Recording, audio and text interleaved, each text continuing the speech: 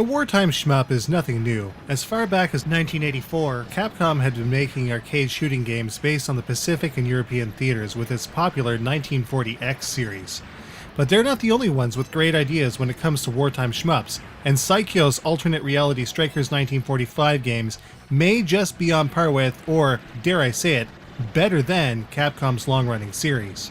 Strikers 1945-2 was released to arcades in 1997 and found its way to the Sega Saturn and PlayStation in Japan the following year. It was also released in 2001 on the PlayStation in North America, simply titled Strikers 1945, despite being the second game in the series. It's also on the PS2 as part of a Psikyo collection of both the first and second game, published by Taito in 2003, and even on the Neo-Geo and PSP as the redux and heavily remade Strikers 1945+. No matter the version, though, Strikers 1945-2 has some nifty mechanics that set it apart from the 1940X series, so let's take a closer look.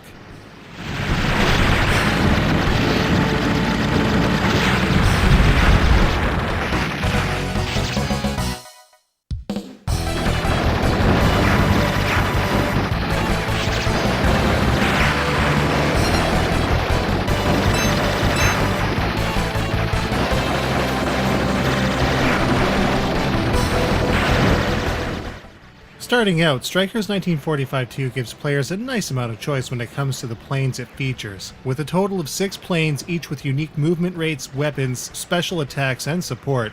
There's surely a plane here for anyone. There's also a good amount of balance between each of them, so no matter which plane is chosen, none feel like they're unable to get the job done. Movement is handled with typical 8-way controls that feel solid and very precise. One interesting thing about the planes in Strikers 2 is their fairly small size. Rather than larger, more detailed ships with smaller hitboxes, the sprites are smaller with a slightly larger hitbox. Despite the slightly larger hit area, dodging huge fire patterns can still be done fairly easy. Pressing the A or C button shoots your plane's main cannon, with auto-fire mapped to the R button or trigger. Powering up your fighter is as easy as collecting a P icon, which are dropped from specific enemies. Collecting power-ups not only makes your standard shot more powerful, but also enables unique alternate fire, which will also increase in power. This progressive weapon system grows to a level of 4, after which further pickups contribute to your score. For a more extreme dealing of death, holding the A button down will charge a special super attack unique to the plane chosen. These super attacks can be charged up by hitting enemies with the main cannon, indicated in a gauge on the bottom of the screen, up to a level of 3. As it is used, the gauge will deplete, leaving any leftover power behind. This mechanic was not present in the first game of the series, and it's a welcome shift for this sequel. Finally, there is the bomber attack, which takes things in a bit of a strategic direction. Instead of being a screen-clearing explosion, using a bomb will call in a wave of support aircraft which, once again, are unique to each plane. Massive bombers or swarms of smaller planes create a barrier against enemy shots, while raising absolute hell all over the screen and allowing players to get in some seriously hard digs on larger enemies and bosses. All of this insane firepower might make it seem like Strikers 1945-2 is a bit of a cakewalk, but that's where you'd be wrong. Not only does this game get pretty darn hard, there are 8 stages to go through, each mounting significantly in difficulty as you go. To add to this, the first 4 stages are randomized, so getting a feel for these stages is actually quite hard, thanks to this challenge ramp. To add to the difficulty though, if you have to continue, you can only continue directly from where you died in the first 4 stages. The rest force you to restart the stage with base firepower. Being able to get through Strikers 1945-2 without continuing will take quite a bit of time, practice, and strategy to learn when and where to effectively use special attacks and bomber attacks. Thankfully, Strikers 1945-2 is quite enjoyable, so it's certainly time well spent. Even though it gets quite hard, practice makes it quite manageable. Of course, an extend or 2 is probably a good thing to have along the way, which is where a good scoring system would come in.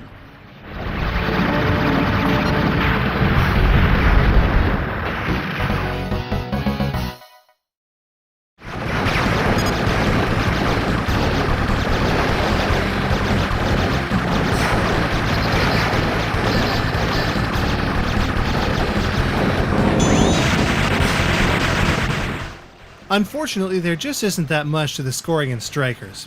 Of course, destroying as much enemy machinery as you can makes up a big part of it, and maintaining maximum firepower and grabbing additional power-ups will give you a decent bonus which, as it turns out, is way more consistent than Striker's more obvious bonus system. Destroying land-based targets and buildings leaves behind gold bars, which will score from anywhere between 200 and 2,000 points. But the amount you will get from each one seems to be random, since there doesn't seem to be any explanation as to why bars collected after a 200 pointer will be 2,000 or vice versa. We've tried picking them up as fast as possible, higher up on the screen, multiple at once, quickly in sequence, and it all seems entirely random. That's pretty curious. But of course, with a 600,000 point extend score, every little bit helps.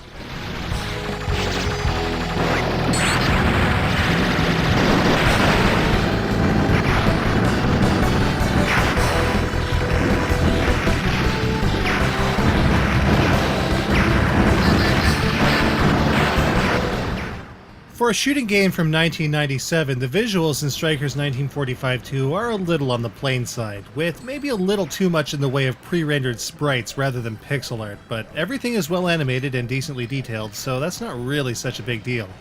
That doesn't stop the game from slowing to a crawl at times though, especially in 2-player. This is mitigated in the PS1 versions though. The mechanical design is really cool.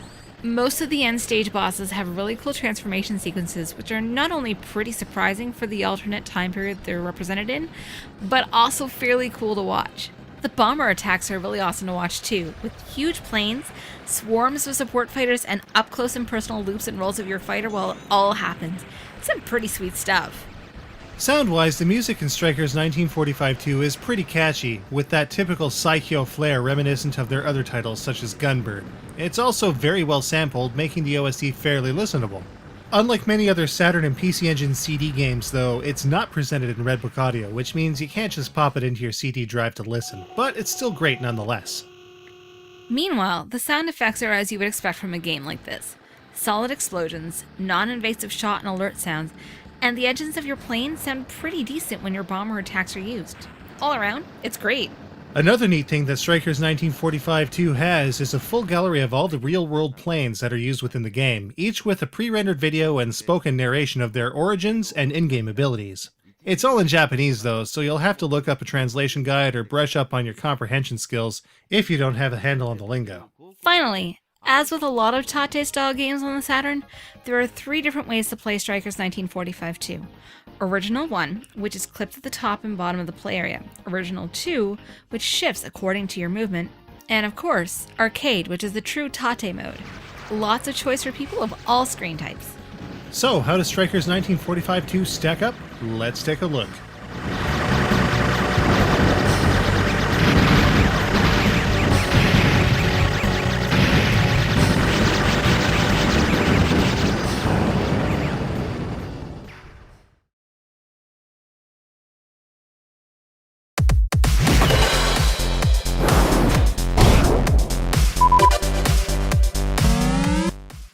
The controls in Strikers 1945-2 is pretty sharp. Different movement rates are often balanced out by ship power. Strikers 2 has a really solid feel, but at times felt a bit too fast for fine-tuned dodging. This game gets really hard near the end of the game, even on lower difficulties. When playing alone, continuing past stage 5 makes you start the stage from the beginning. Rough.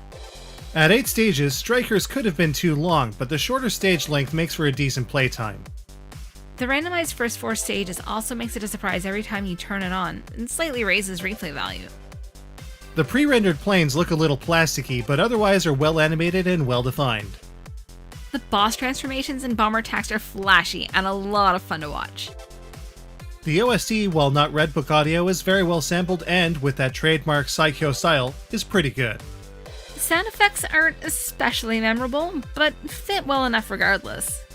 With cover-based bomb attacks, additional charged special attacks, and a great progressive power system, Strikers 1945-2 is pretty engaging. Summoning a bunch of support planes was beyond cool, and the randomized initial stages are a neat touch. It's clear that the 1940X series and the Striker series are very different from each other, but if you're looking for a wide diversity in your planes with clever special weapons that have a real dash of strategy, Strikers has your back. Strikers 1945-2 gets a 4 out of 5. Depending how you get it, Strikers 1945-2 can get pretty pricey. The Saturn version is typically about $50 at auction, usually more for copies that are spine-carded or sealed. On the PS1, Japanese copies are typically $40 or more, while US and PAL copies are anywhere from $5 to $20. The PS2 version is, again, about $50 to $70. If you're into Plus, PSP copies are about $50 hard copy, much less expensive on PSN, and up to $300 on Neo-Geo MVS.